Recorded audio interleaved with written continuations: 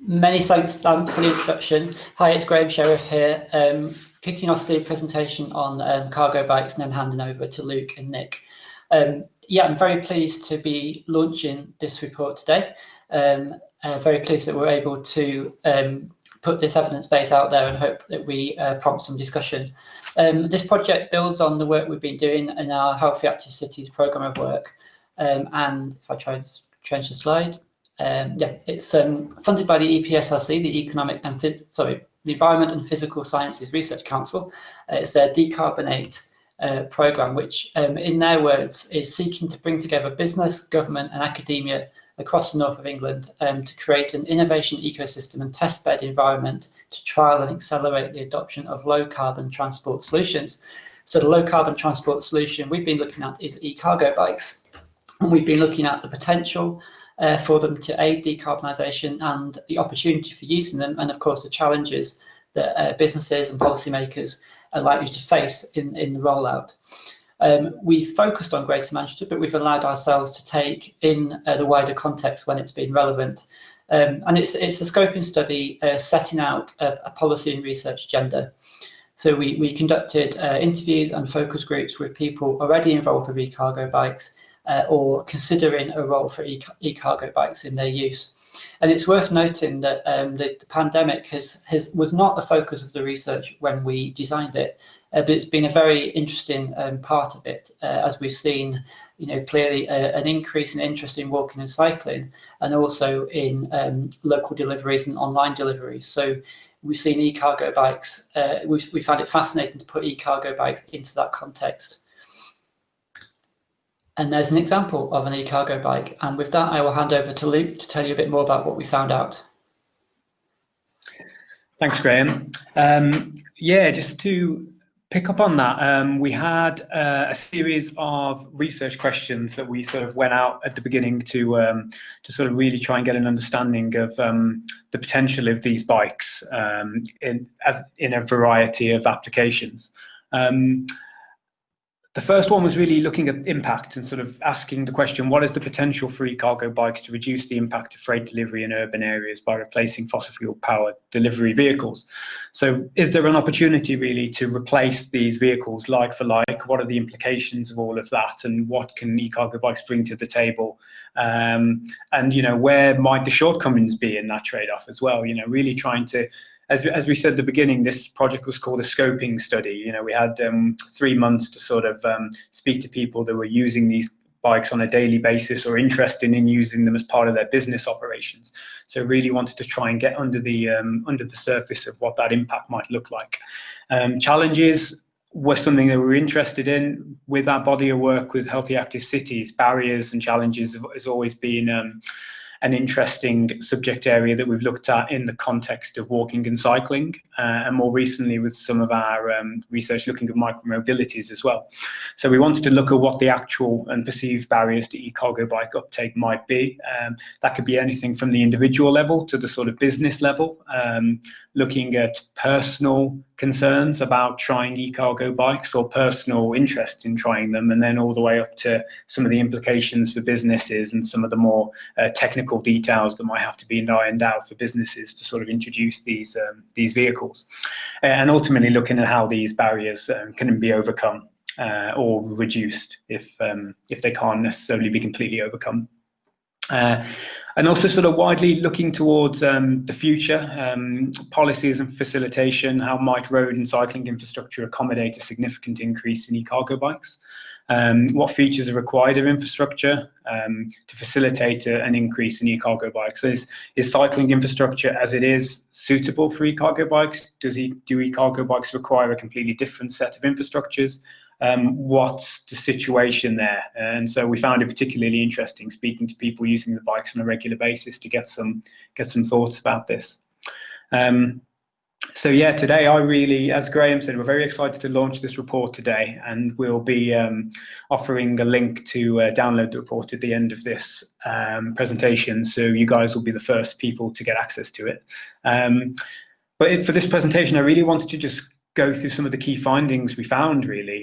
We identified 6 key findings that often intersect with each other and cross sort of many other disciplines, but we decided to identify them as these six. The first one really was, the headline one was that we think e-cargo bikes have got potential.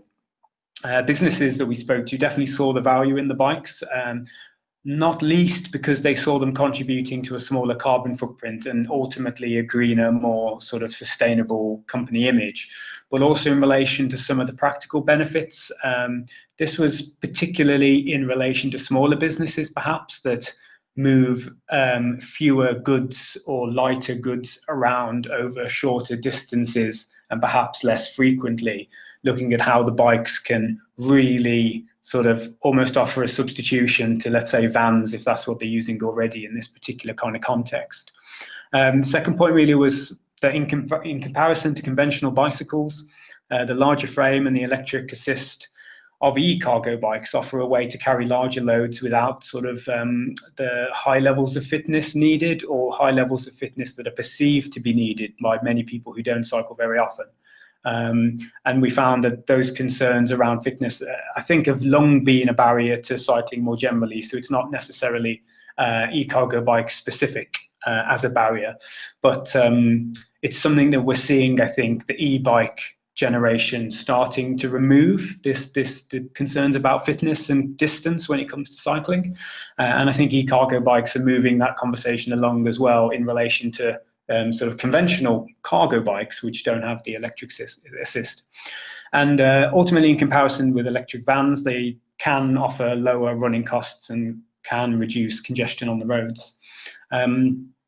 So we also found that there are opportunities to integrate e-cargo bikes into delivery practices so that they can capitalize on their potential for last mile deliveries in the context of sort of freight and moving things around in city centres. So this point really came out of a conversation we were having with representatives from various local authorities who were saying that, let's say in Manchester city centre, they will have multiple buildings in operation at any one time, and they know that these buildings will be doing their own bulk orders of goods, let's say for the sake of argument, stationery, pens, pencils, paper, printing equipment, whatever it might be to run the office. They'll all be ordering these on a regular basis, but they'll be doing these orders all individually, and then ultimately bringing out lots of individual vans at different times to deliver all of these orders. And so they were keen to open up the idea of whether or not a bulk order could be done across organizations, and whether or not e-cargo bikes could be used sort of in these instances to deliver these sort of manageable size loads, but in a more sustainable way. And the quote at the bottom there sort of sums that up from one of the focus group participants. And so, yeah, how are people using e-cargo bikes? So we spoke to a range of people who were using them. One of the organisations we spoke to are Chiltern Bike Deliveries, and I'm not going to say a lot about Chiltern Bike Deliveries because we're very fortunate to have Glynis Francis, who's going to be speaking about her experience of being involved in Chiltern Bike Deliveries. But they were one of the groups we spoke to and got some really interesting knowledge and ideas about sort of how the bikes can be used and what the potential might be, and how sort of businesses can be approached sort of from offering a cargo bike delivery service. And another company we spoke to was a laundry delivery company, and they'd had e-cargo bikes since the inception of the company, which is quite interesting. So even the early days of the company was based on e-cargo bikes. The first person who set up the company had one e-cargo bike. Now they have about a fleet of 20 or 25, I think. And they also, going into what Graeme said about the context of COVID-19, they also made an interesting point that COVID actually sent their business into overdrive. There was a real need for deliveries. It seemed like the competitors who were reliant on vans and other kinds of vehicles weren't able to be as efficient in the early days of the first national lockdown as they were with the cargo bikes. And so they found that their business, their demand increased exponentially. So the second point really was that looking at the barriers to e-cargo bike use really, and sort of whether or not they're shared with conventional cycling, and whether or not there are any sort of specific barriers. The first specific barrier to e-cargo bikes uptake we found was that initial capital cost and investment, and perhaps that's not so much of a surprise. The bikes are big, So storage can be a problem for some people. They are expensive, and so that can be an initial barrier to some people. And then there's sort of further barriers around charging, which is essentially whether or not, not only whether or not you've got access to charging facilities wherever you're going to be storing the bikes if you choose to charge them overnight, but also whether or not there has to be a change in business practices in order to accommodate this new way of doing things. And these obviously have to be managed on a sort of business to business level in that sense. We also found different challenges specific to different sectors, essentially. So, for example, the catering sector expressed a concern about they wanted to use more bikes, but they had concerns about food delivery logistics. And they said that the size of the event will ultimately determine the feasibility of e-cargo bikes for them. So, for example, one van can deliver all of their food in one big drop when they're catering for, let's say, over 500 people in one of their big events. And they said they're really keen to use e-cargo bikes, but they haven't quite figured out yet how they would be able to accommodate these larger events by using the bikes alone, because that would ultimately mean they'd either have to do multiple drops using multiple bikes. And again, going back to the change in business practices, that might mean that the chefs will have to stagger food production throughout the morning to accommodate these multiple drops that are coming and going throughout the morning, rather than doing it all in one big go. So that was something that came up from speaking to a catering company. E-cargo bikes are more than just technology was sort of our third point. They don't reflect a straightforward substitution in the swapping of technology. So it's not for many businesses, it's not as simple as just selling their van and buying an e-cargo bike. As I've mentioned so far, there's a need for businesses to adapt and for new technologies to be adopted and delivery patterns to be changed if needed to inspire sort of wider long-term decarbonisation. Every business, every organisation will have their own way of doing things, and sort of trying to swapping one technology for another is not always such a straightforward process, and whether or not there's an opportunity for e-cargo bikes to complement rather than doing a sort of like-for-like substitution in technology was something that came up from a lot of businesses as well. So, but yeah, one of the concerns was they wouldn't know how to do things if they swapped overnight. And that really comes to something that I'm going to talk about in a minute as well, about awareness. As I mentioned, a lot of these points sort of cross over each other because I think there's a lot of sort of micro points within each one, really, and I'll come to that in a moment. But sort of expanding on that, delivery operatives must also have the skills and training in cycling. And again, this goes back to business practice. And so the substitution of one technology for another means that you could effectively be now asking someone who's been driving a van to suddenly get on a bike. And there's not always as simple as that happening straight away. You know, there's a lot of different things that have to take place during that process if, for example, they're not experienced on a bike or confident riders. And for some people, it might feel like a risk when compared to tried and tested technologies. So if you take away the environmental implications, people know vans work ultimately. There's you know, you put stuff in them, you take them somewhere else, and then you get the stuff out of the van. But obviously there's a huge push for sustainability and environmental consideration, and a lot of businesses are looking at how they can change their own practices within this area. But when you look at the price of some of the big cargo bikes, they can be, you know, anywhere between £2,000 and £5,000. And when you look at the second-hand van market, you're looking at similar kind of numbers. And so it's that sort of idea of new technology that maybe people don't understand very well yet versus the tried and tested forms, which maybe people have more confidence in, rightly or wrongly. And one of the points came up, and I'd be interested to get the other speakers who are going to be presenting today, maybe their comments on this. But one comment that came up was about how e-cargo bikes aren't always necessarily as flexible as conventional bicycles on the road. The size of the bikes can sometimes mean they struggle to filter through traffic easily, and that ultimately meant that they're sort of subjected to the speed of traffic because they're unable to filter easily through during heavy traffic on the roads.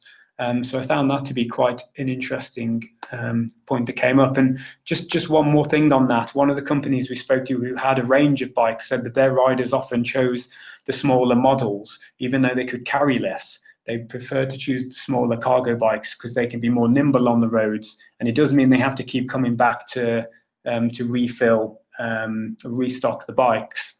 but it meant that the overall cycling experience was a little bit more smooth, rather than taking the big bikes out where they could carry more, but they could ultimately risk sort of being stuck in traffic as a result.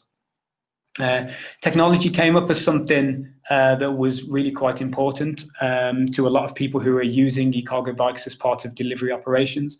Rider tracking and online shops have improved efficiency and helped to make the bikes a consideration for businesses. I know we've seen so many businesses go online during lockdown this year to help continue trading. Technology was found to be a key part of this ecosystem. So from the online shops to using e-cargo bikes for deliveries, there's all sorts of technology involved, such as apps and tracking devices and route planning software, remote payment facilities. Social media and communication tech also came up, particularly with a few cargo bike delivery schemes we spoke to.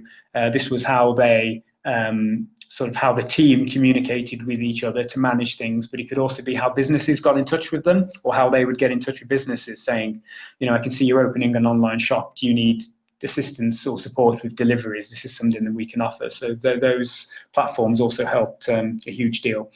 And there was just a point on electric charging stations for bikes, and whether or not that is something that could potentially be beneficial when we start to see, if we start to see a large increase in e-cargo bikes on the roads. Support for businesses came up as vital. As I mentioned earlier, the initial capital investment can often reflect the cost of a van, and for some people that can be a difficult decision, or it can be something that they consider to be a risk. And there needs to be more opportunities for businesses to try the bikes and for business practices to adapt in order to accommodate e-cargo bikes as part of their operations. And one point that came up was the lack of current licensing, also potentially riding's accessibility. This quote sort of says it quite nicely, I think, that a big upside of the bikes is that they aren't licensed, and in a way we don't want them to be, because that allows a large proportion of the community to actually use them. And just a final point, and this is something that I think has been a thread that's going through a lot of the things we've talked about, and it came up when I spoke about barriers and challenges as well, is that awareness of e-cargo bikes, understanding of them in the UK potentially still remains low. And as a result, more trial schemes and e-cargo bike libraries are needed for people to understand the bike's potentials and how they can potentially use them, how the bikes can work for businesses, and how we can find solutions to potentially overcome the initial barriers to investment and the size of the bikes and storage and charging and all of those things. For those people who don't know what e-cargo bike libraries are, they're essentially a collection of e-cargo bikes that might be managed by, let's say, an organization or a group of businesses or whatever it might be. And you can access these bikes, try them out for a small fee or for free. You can speak to representatives there who know a lot about the bikes, who know a lot about any financial incentives that might be around, and are able to consult and support businesses looking at who might be looking at taking on some e-cargo bikes or switching to e-cargo bikes. And I just thought this quote is great in terms of summarising where we are in the UK at the moment. It's one of our interviewees said it's rather like going to somebody who has ridden a horse all their life in 1920 and saying, what you need is a car. And they say, a car? What's a car? That's the stage we're at with e-cargo bikes at the moment. And so for now, I'm just going to pass you over to my colleague, Nick, who's going to pick up on a few more points from the findings.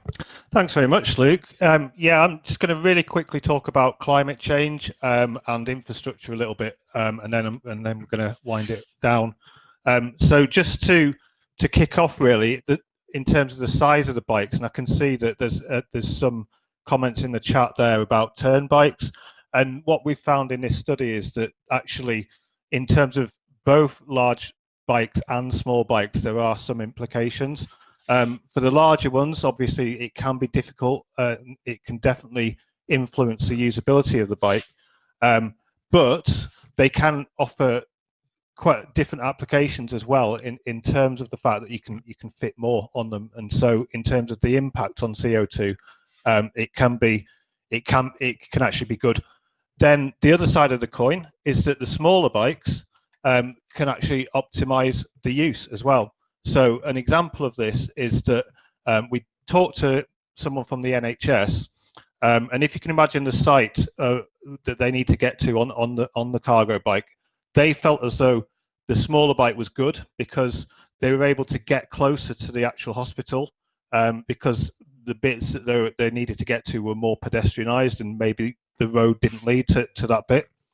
And you can see there from the quote on screen that it's important for this particular subset, the NHS staff, basically, to be able to get closer to those buildings than they would actually be able to with a car or a larger cargo bike.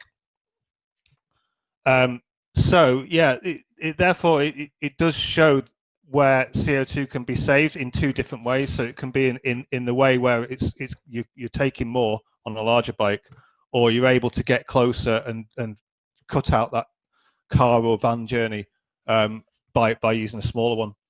And also another example as well. So it wasn't just the NHS. So we also talked to people at the university, and the university campus is heavily pedestrianised, but there are ways of getting on there in a motorised vehicle. And again, what the e-cargo bike can do is get you through those kind of shorter trips, but maybe longer to carry things around campuses. So they're obviously both really positive examples for reducing CO2. And then in terms of just the whole COVID situation and our observations, obviously when we went into this at the very start, it was before COVID. So we were looking to do something on cargo bikes, and obviously everything then transpired. And it's had there's no two ways of saying it. It's had an impact on, firstly, cargo bike use, but also on our study as well. And what we've seen in the region are these kind of pop-up cycle lanes, not just in Manchester, elsewhere as well, where you've got numerous cycle lanes popping up along the major roads into the city centre, and you've got some space, extra space in comparison to before, for cyclists and pedestrians. And there's still some in place today as well, which obviously really positively give a greater opportunity for people to cycle. And because of that, you can increase these numbers of people being able to use cargo bikes as well. So that's a positive. And then also looking at a recent survey from the Salford SU, they looked at how COVID had actually impacted their choice of accommodation, and what it found is that they were opting for actually halls of residence that were on campus and closer to campus as well. And they would have also, because of COVID as well, they'd be avoiding public transport because they were obviously worried. And so therefore, that's another positive in terms of potential there of using bikes, cargo bikes, or e-bikes as well for the student population. And then finally, we also, as Luke said, spoke to two schemes that were actually set up specifically due to COVID-19 in the first national lockdown.